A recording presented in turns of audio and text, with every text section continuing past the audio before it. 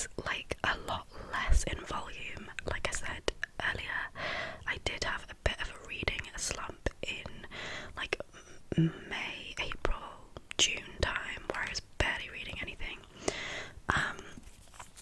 So yeah, I didn't even hit my 50 book target, which I'm not stressed about.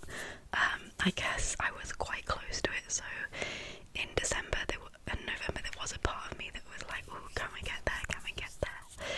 But I ended up, I think, on 47 books, which I think is a miracle considering I think I was like so far off that come like mid-year. So yes, the goal in terms of like reading a bit less and taking time, it sort of didn't really happen like that. I just read less because I was reading less, not because I was necessarily taking time over each book. But to be fair, I feel like unless it's a romance novel, which I personally would just fly through because, let's be honest, there's not too much to think about with them. Yeah, I tend to like spend quite a bit of time on books thinking about them, visualizing everything, not like flying through it too much anyway, so that kind of was a bit of a silly goal in a way. But yeah, the number of books, yeah, kind of around about what I ended up being. And then the second goal that I had was to do some rereading, because it's so easy to always just read new books, which is fair and completely understandable. But you know, the books that I've loved in the past and that I've given 5 stars to and that have been like top books, like why not go back and start rereading some of those again, because that's such a worthwhile thing to do as well. So yeah, I did reread 2 books. One of them I'm actually gonna talk about in my like little best books of the year, and the other book is Dracula by Bram Stoker, which I read around Halloween, and which I like had a completely different experience this time than last time I read it when I was like 18, I think, or something.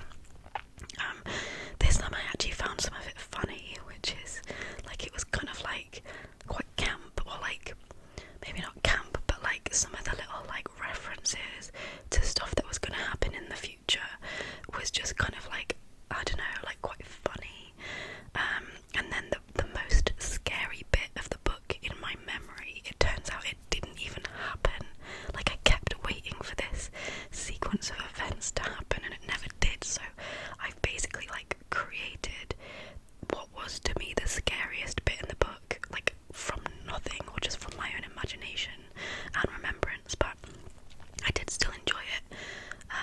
I think I probably enjoyed it similarly to the first time, but just in kind of like a different way. So yeah, very valid, and I will be continuing on doing a little bit of rereading and peppering old books into my TBRs. The third goal I had is like super simple. I'm not going to talk about too much, but I just wanted to start like rating things out of 10, which you obviously can't do on Goodreads, but in my video and just like in my head, I think like it just gives you a bit more like freedom and a bit more like nuance to the ratings, and a bit more like realness, rather than just giving everything like 3, 4, 5 stars. So yeah, I did do that, although I'm pretty sure I've already just talked about like 4 or 5 stars in this video, so yeah, bit of a habit still. And then the last goal, and the one that I definitely did not achieve, was reading like more diversity in terms of like the form of book, like not genre, but like short stories and poetry,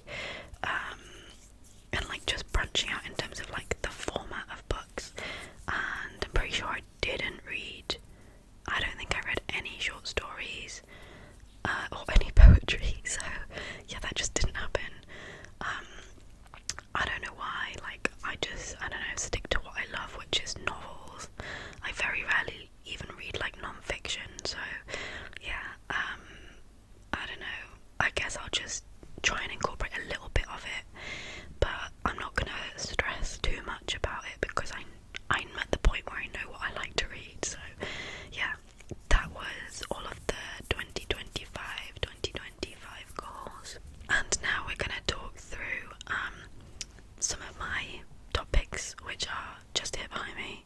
I have like 4 like little awards, let's say,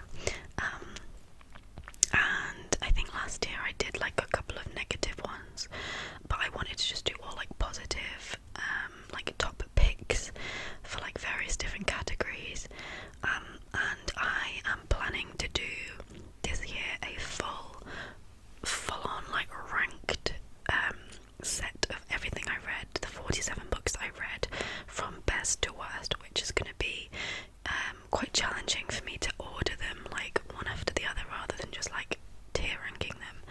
But I have done tier ranking in the past, and last year I did a like every book in 3 words review of each book, so this year I want to do something a little bit different again.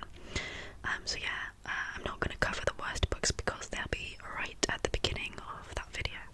So yeah, a few spoilers for that, but the very best book, and this is really, really difficult between 2 books that I have on the list, but I'll talk about the kind of runner-up in one of the other categories. But my absolute favourite book of the year was Into Thin Air by John Krakauer,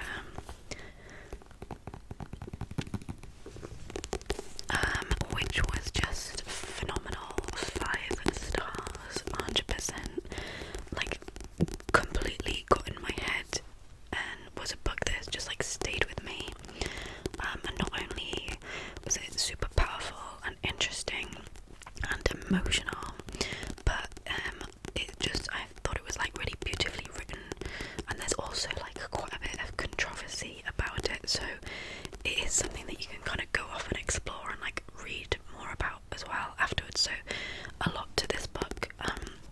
Basically it's about the 1996 tragedy that happened on Mount Everest, where there were quite a few people on expeditions climbing the mountain who sadly died. And this book tells the story of what happened from this author's perspective, who was there. He was one of the people in one of the groups climbing the mountain, and he obviously survived. So yeah, it details like the trip from the I think it starts in Kathmandu, or one of the villages that they fly to, and then the trek from there up to Mount Everest base camp, where you get like an amazing feel for the landscape and the feeling of being on that trek itself. And I just felt like the descriptions of the location was really cool, and it felt like you were transported there a little bit. And then it details the climate itself, obviously, all the people that were there, and then this awful confluence of different accidents and unfortunate happenings that led to quite a few people losing their lives. So yeah, it was just such a beautiful book, but obviously like really, you know, stressful, and like really had your heart pounding at times as well, even though I did kind of know what was going to happen because there was a film about it called Everest, I think, with Jake Gyllenhaal in it, which came out quite a few years ago, like 10 years ago or something. But yeah, if you have any interest at all in like mountaineering or like epic adventures, or just like stories of like true things, like I guess true disasters that have happened and stuff, like this is such a good book. So yeah, really recommend it, and it has completely reignited my obsession with like Mount Everest and mountaineering and learning about it. So yeah, I just loved it. It surpassed all of my expectations. So yeah, that was my best book of the year by like a tiny sliver. And the book that just it narrowly just beat, I don't actually have a copy of because I read it on my Kindle, so I'm just going to keep holding this as a little prop to do some tapping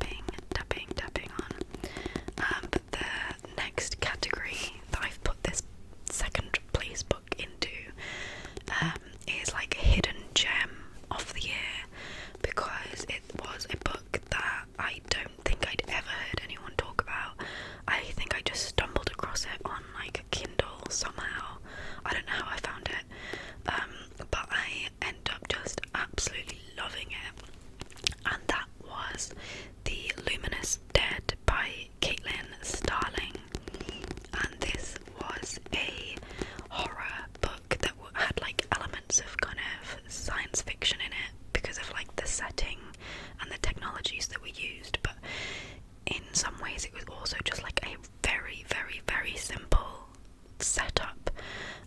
Basically it was about a woman, caver, who was going on like an expedition into this cave system that was like a very dangerous and basically uncharted.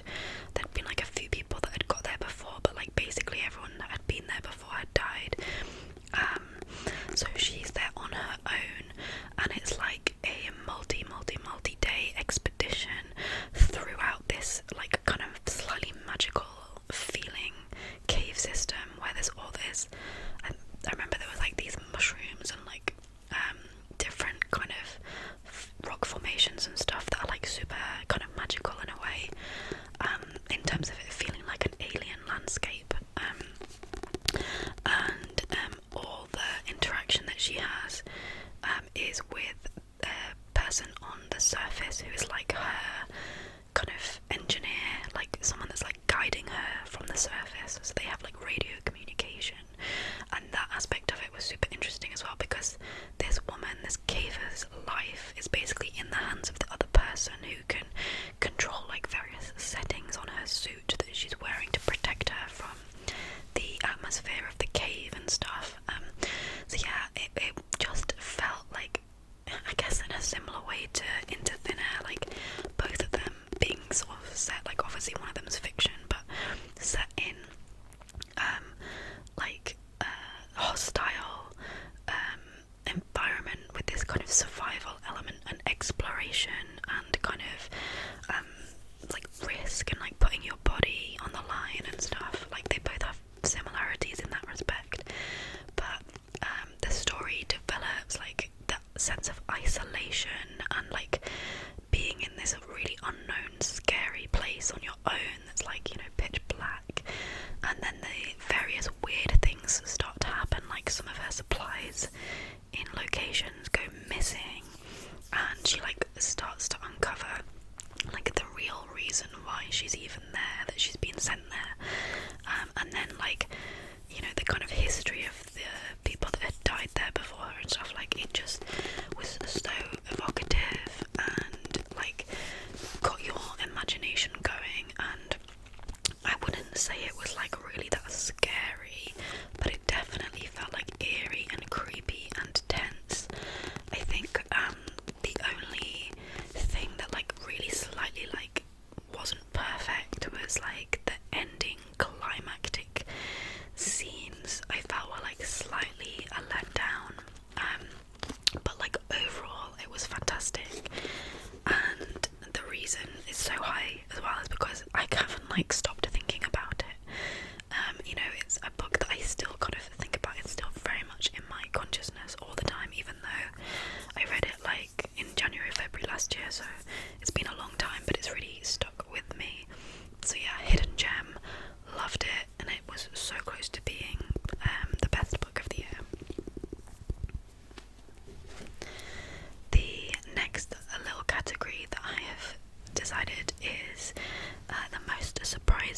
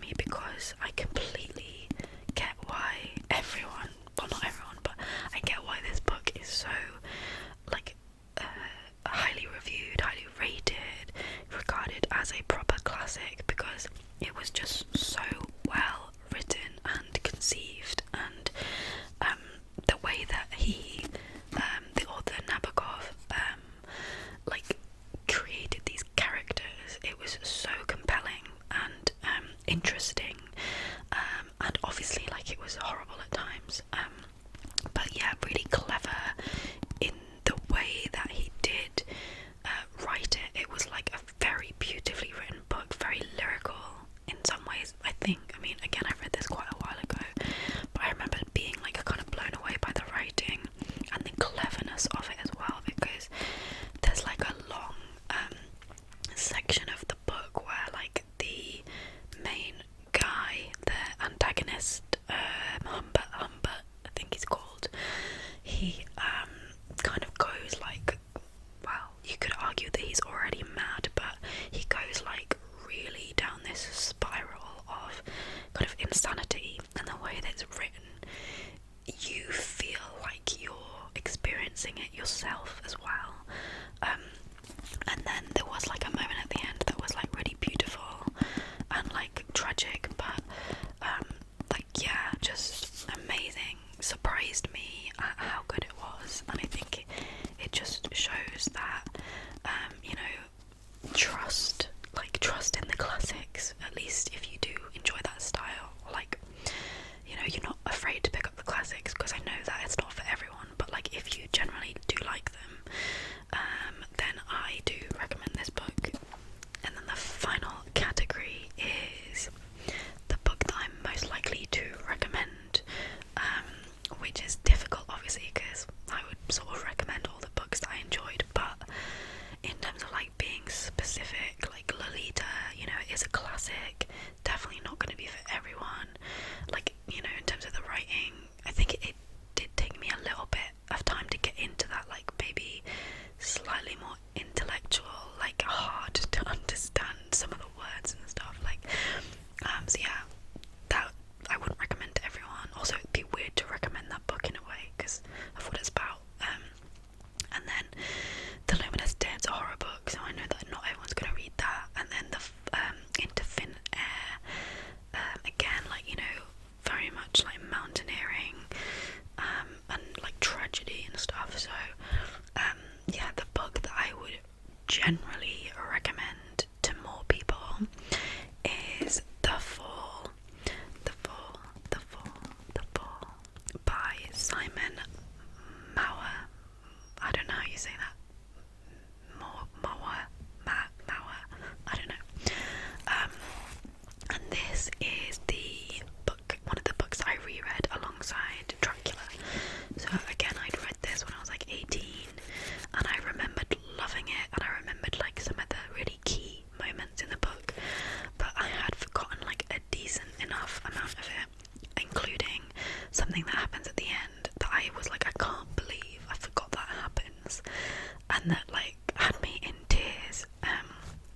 I mean, a lot of this book had me in tears as well, so yeah, I would recommend this.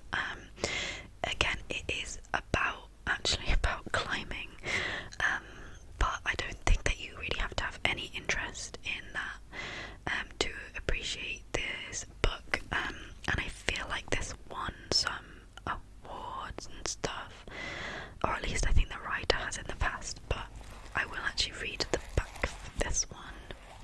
It says, as lonely boys in the Welsh hills, Rob Dewar and Jamie Mathewson were as close as friends can be, both exiled from home and both fatherless. They shared a passion for the mountains. So, when 40 years on, Jamie is found dead at the foot of the Great Wall, a vertical, holdless slab of Welsh granite. Rob feels compelled to return to the place where they had grown up, to confront the past. Theirs is a story that begins with their parents' own intense relationship, an unlikely three-way friendship of the glamorous predator Caroline, the vulnerable, courageous Diana, and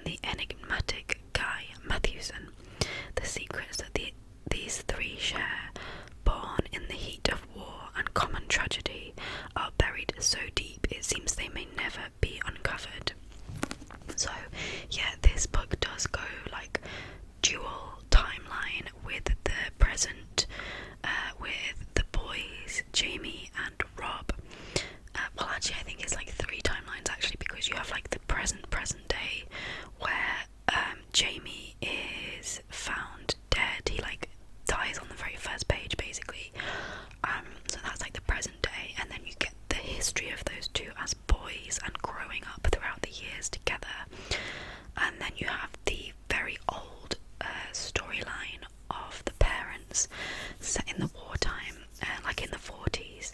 So yeah, lots of like different timelines going on. It's not linear, but it's such a good book in terms of like complex human relationships, in terms of friendships and romantic relationships, and kind of just really is one of those books that's just so powerful in terms of the characters and their relationships with each other. But you do also get these like the added bonus of there being this kind of slight mystery around Jamie's death, because basically he's like an amazing climber, and they're like, why was he like on that climb, and why did he die, like the fall, why did he actually die, kind of thing. So there's like a little bit of like untangling things in that sense, and then the like locations, and at one point they are in Switzerland, like in the Alps, doing climbs there. So I loved all of it, like, you know, childhood traumas and stuff as well going on. So I just think it was super compelling and just really amazing and emotional, and the fact that I've read it twice, many years apart, and I've loved it both times, and I just think it is like a good book that pretty much anyone could pick up and really enjoy. Obviously it's a bit sad, like I say, it did have me in tears, but yeah, that's the only little caveat with that, I guess.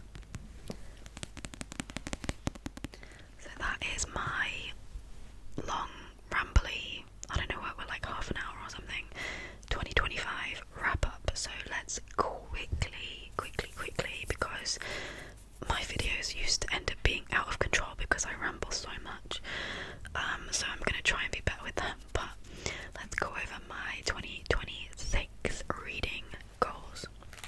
So back to my little notebook. So 2026 reading goals are, and there are 10 of them, which is a big step up from last year, but yeah, I have set myself the target of 42 books, which is like even less than this year, but yeah, I wanted, again, like super low pressure, just kind of see how it goes. Like, I do have a lot of other hobbies that I spend time on as well as reading, so it just depends how I decide to prioritize my time. But basically I was like, I think I said 3 books a month, which will be like 36, and then some books, so like half the time I might read 4 in the month, so I think that's how I got to 42,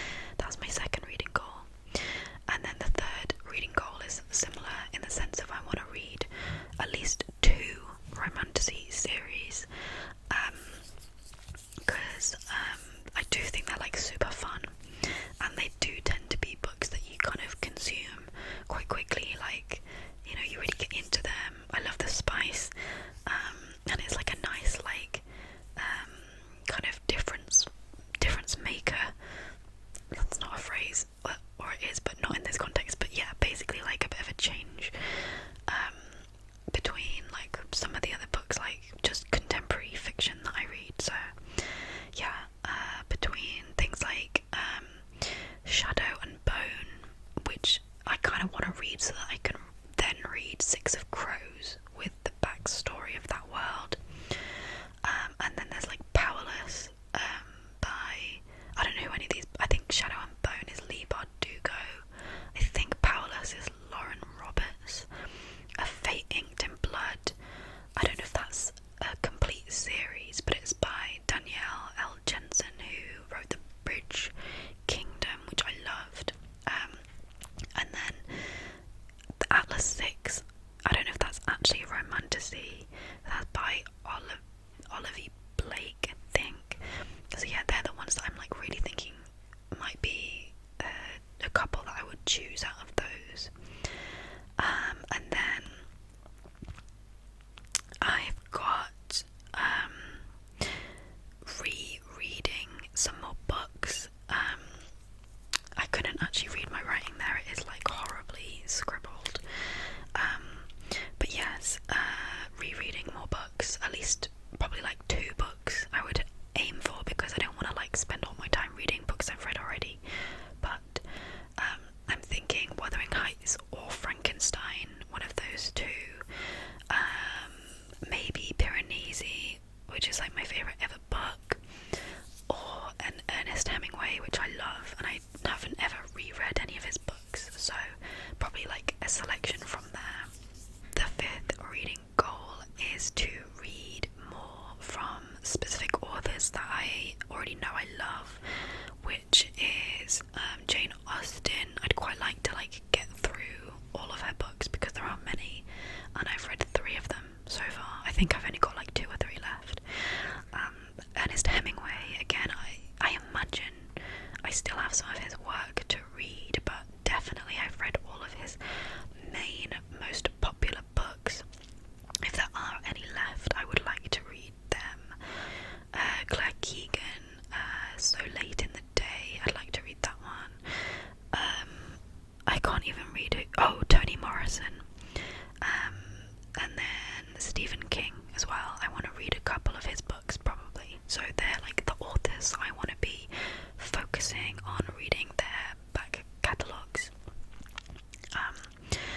This next one is like kind of different a little bit, but I only want to buy less than or equal to no more than 6 new physical books. So like, you know, reducing consumption and stuff, and maybe a bit kinder on the wallet as well. But yeah, try not to like spend it all in Waterstones basically, but use charity shops, buy more on my Kindle, or World of Books is a really good second-hand place for buying books. So I've said that I can buy 6